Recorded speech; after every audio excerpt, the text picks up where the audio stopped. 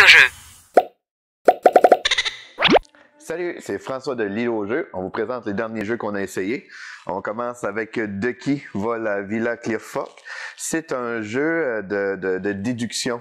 On a vraiment adoré ça. Là. On a tout en famille. On a même joué 3 parties directes en ligne pour l'essayer. C'est vraiment le fun. La manière que ça fonctionne, en fait, il faut trouver. Il y a eu 3 vols dans la même journée à 3 heures différentes. Et puis il faut trouver c'est qui l'a fait en fait, on a sur le plateau ici. Il faut trouver c'est quel suspect pour chaque heure, avec quel objet, puis il s'est enfui comment. Pour faire ça, mais tout le monde joue en même temps. Fait qu'il n'y a pas de tour de jeu, c'est même un peu un jeu de rapidité. C'est que on va falloir choisir n'importe quelle carte au centre. Fait qu'on prend une carte puis on la regarde. La seule chose qui est importante, c'est que le scénario est divisé en plusieurs couleurs. Comme mettons, là, ce serait le rouge parce qu'on prend la clé rouge. Donc, il faut prendre des cartes qui ont le petit carré rouge dessus parce que c'est des indices qui sont propres à cette enquête-là. Si on prend des enquêtes qui n'ont pas de rouge, mais ça va juste nous mêler dans le fond. Fait qu'on peut prendre des cartes puis on peut voir qu'est-ce que la carte ressemble comme ça. Fait que là, dans ce cas-ci, on sait que la personne qui s'est enfuie en avion avait dans ses bagages cette clé carrée-là. Et là, on a plein d'informations. Tu sais, on a sur notre plateau qu'on peut prendre des notes aussi. Puis on a aussi un petit livret qu'on a les empreintes digitales des suspects. On a l'âge. On a, si on regarde au côté, c'est qu'est-ce qu'il y avait dans leur valise. C'est comme dans le cas de notre exemple, là, on sait que le suspect avait une clé carrée avec un trou carré aussi. Fait que ce serait lui. Fait que là, on sait que notre suspect ici s'est enfui en avion. Fait que là, on sait ça. Là, on sait toujours pas c'est dans quelle période qu'il l'a fait. Fait que là, c'est ça qui nous reste à déterminer. Fait que c'est en prenant toutes sortes de cartes comme ça qu'on va le voir. T'sais, on a d'autres informations. Ça, on sait que lui a volé avant lui. Fait que on va se promener un peu là-dedans. Puis les cartes, c'est pas juste pris au hasard. Ils ont toutes des icônes aussi. Fait qu'on peut savoir, elle traite de la période, puis elle traite du suspect. Elle traite du suspect et de la méthode de fuite. Il y en a que, comme si ça a été filmé par caméra. Fait que là, on a une image flou, mais avec un petit aspect là qui est pas flou, qui pourra nous aider à trouver le suspect. Fait que on navigue comme ça, c'est vraiment le fun. Puis comme je disais, dans la boîte, il y a déjà, en fait, il y a 9 enquêtes. Puis c'est relativement rejouable dans le sens que c'est pas une histoire qui se suit, fait que c'est on oublie vite, là, c'était qui les suspects rouges. Ça dépend des cartes que tu vas piger qui vont t'aider ton raisonnement. Mais c'est pas une histoire qu'on va suivre comme dans d'autres jeux d'enquête, comme Chronicle of Crime ou ça. Puis la manière que ça marche, c'est quand on a terminé de trouver tous nos suspects, ça va nous donner une combinaison de chiffres. Puis on va l'essayer avec notre clé. Fait que mettons qu'on pensait que c'était 3-4-1. On met notre clé rouge ici, puis là on regarde derrière.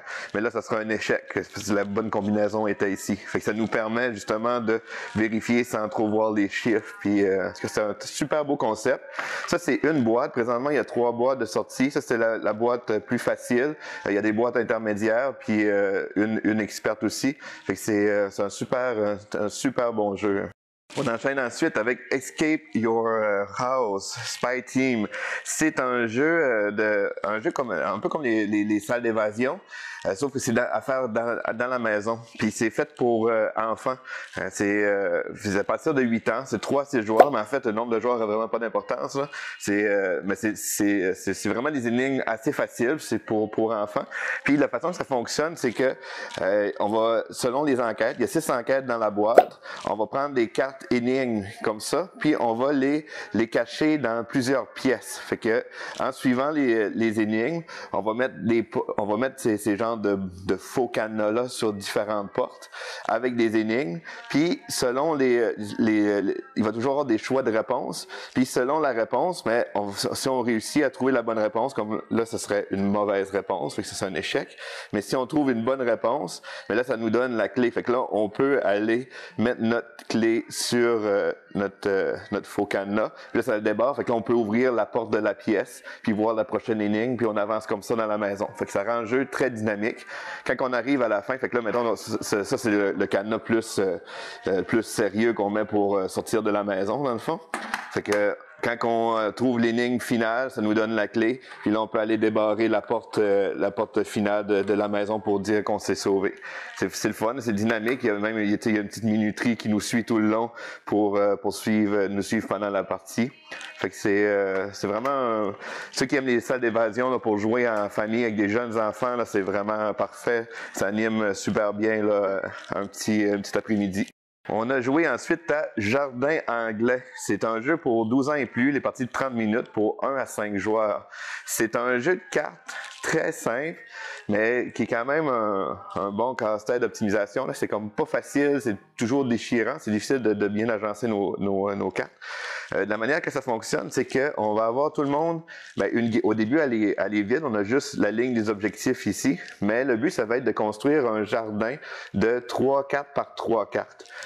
L'affaire, c'est qu'il y a des objectifs en haut puis des objectifs qu'on va pouvoir ajouter pour faire des lignes. Fait que, par exemple, dans cette colonne-là, on va avoir, si on a 3 couleurs de fleurs différentes, on va avoir 6 points. Ici, si on a 3 types de fleurs différentes, on va avoir 6 points, et ainsi de suite. Fait qu'il y a différents objectifs. Mais là, en cours de partie, on va pouvoir aller chercher des objectifs pour les lignes ici. Fait que ça se peut que, ici, je vais faire des points pour des combinaisons de type de fleurs ou tel type d'arbre. Fait qu'il va falloir essayer de choisir les cartes qui optimisent à la fois l'objectif de la colonne et son objectif de la ligne. Puis là, ça s'arrête pas là, parce que juste ça, ce serait un pas pire casse-tête. Mais là, en plus, quand on rajoute une carte, quand elle est adjacente à une autre carte, elle doit être soit le même type de fleur, soit la même couleur. Comme dans ce cas-là ici, c'est correct parce que c'est 2 fleurs mauves. Et ici, je pourrais mettre celle-là ici parce que c'est 2 types de fleurs pareils. Fait que c'est quand même, c'est pas facile de trouver justement les bonnes combinaisons de cartes, mais c'est vraiment le fun. En fait, là, c'est ça. Dans notre tour, on a des cartes dans nos mains qui ressemblent à ces cartes-là, comme ceux-là. Fait qu'à notre tour, c'est soit qu'on pioche un objectif, soit qu'on pioche une des fleurs. Fait que si je prends une fleur dans ma main, mais là après ça, je choisis quelle carte que je veux jouer. Puis là, je peux essayer de la placer sur le jeu. Je peux la mettre. Si je la mets pas adjacente, j'ai pas besoin de répondre à aucun objectif, à aucune contrainte de couleur. Mais là, je pourrais la placer comme ça. Puis on passe au joueur suivant. Fait que c'est vraiment simple comme jeu à apprendre. Mais comme je disais, c'est un bon casse-tête d'optimisation. C'est pas facile. C'est pas facile de s'arranger pour que tout fit ensemble. Donc, c'était les jardins anglais. L'île au jeu.